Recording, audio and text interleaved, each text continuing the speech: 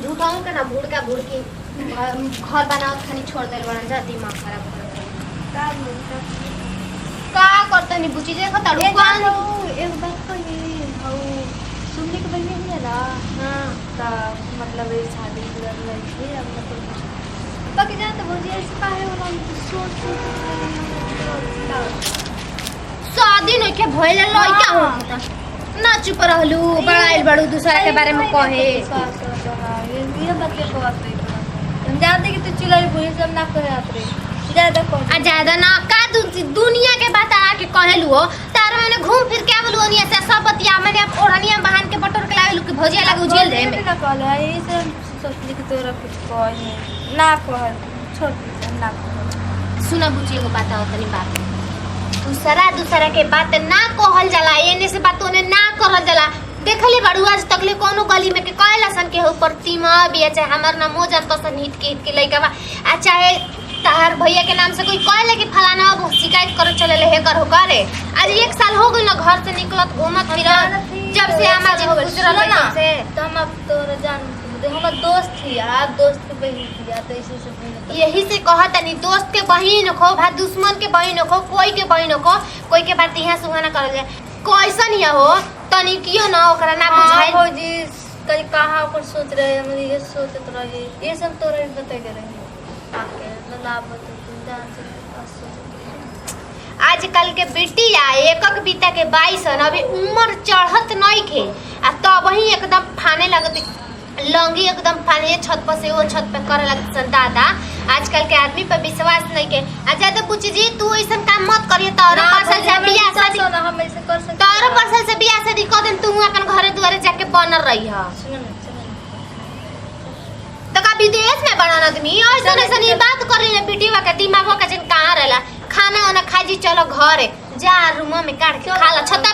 तो काम रे के टांग के जे बुनी के जाके मन तो सांझ हो गई खाए के बेरा हटे खा बनाने के बेरा तो चावल से आलू ले आवा काट दिए जगह बना दे सुखले बनेबो मुझे रोटी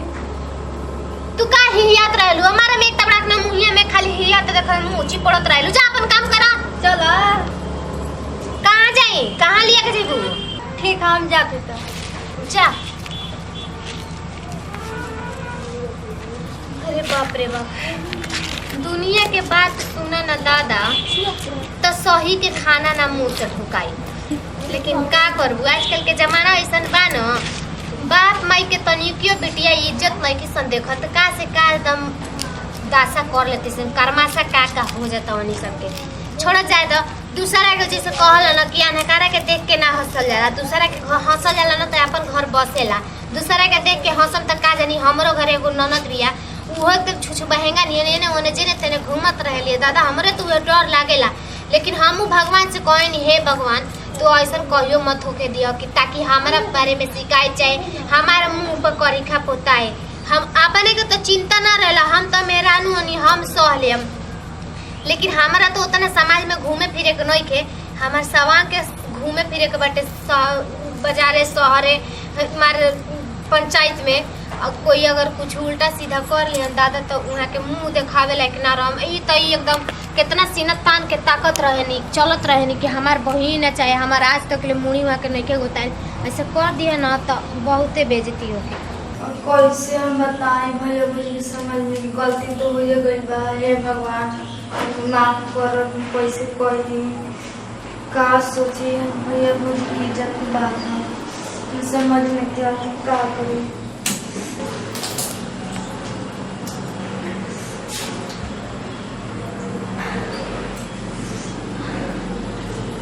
ई का करतो हो पता ना बड़ा था सब दुखात रहता रात में पता ना चक्कर दे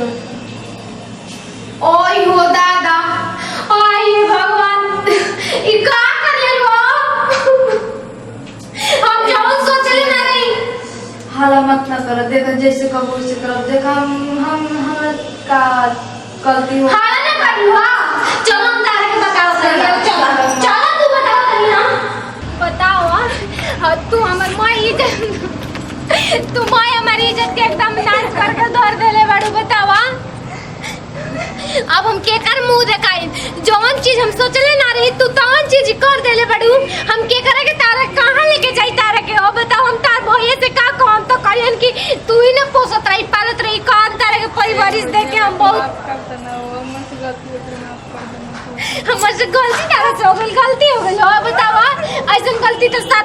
कोई दुश्मन ना हम तारे के का कर रही बुची जी कौन परिवार इसमें हम तारे के कमी कर दे रही की ते भाई हमरा के माफ कर देना हम तो बड़े गलती हो गइला माफ कर दे तारे के कैसे हम माफ करी बुची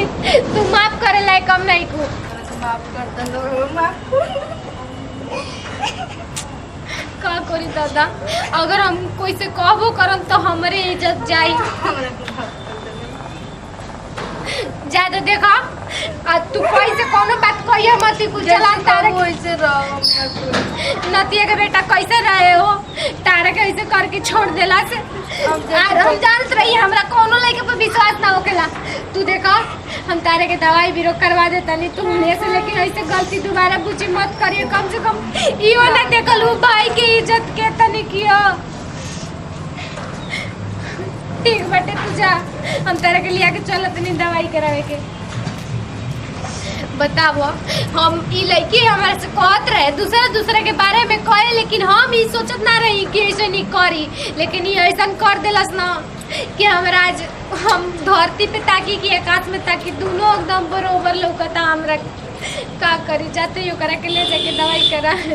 नमस्कार प्रणाम भैया प्रतिमा सिंह देखनिए से हमने के वीडियो बनानी जाता ये देखनिए कि हमारा ननद रही दूसरे के कहत रही लेकिन ये अपने बारे में बतावत रही हम समझ ना पावत रही ना समझ जिसन एकदम ये बतियाते ही रही कि हमरा कुछ समझ में ना आवत रहे फिलहाल हमने के वीडियो अच्छा लागल तो दिल से लाइक करम जा शेयर करम जा कमेंट बॉक्स में लिख के जरूर बताएं कि हमने वीडियो कैसा लागल और यही वीडियो से लेते जी विदाई अगले वीडियो में फिर से मिलेंगे बाय बाय टाटा।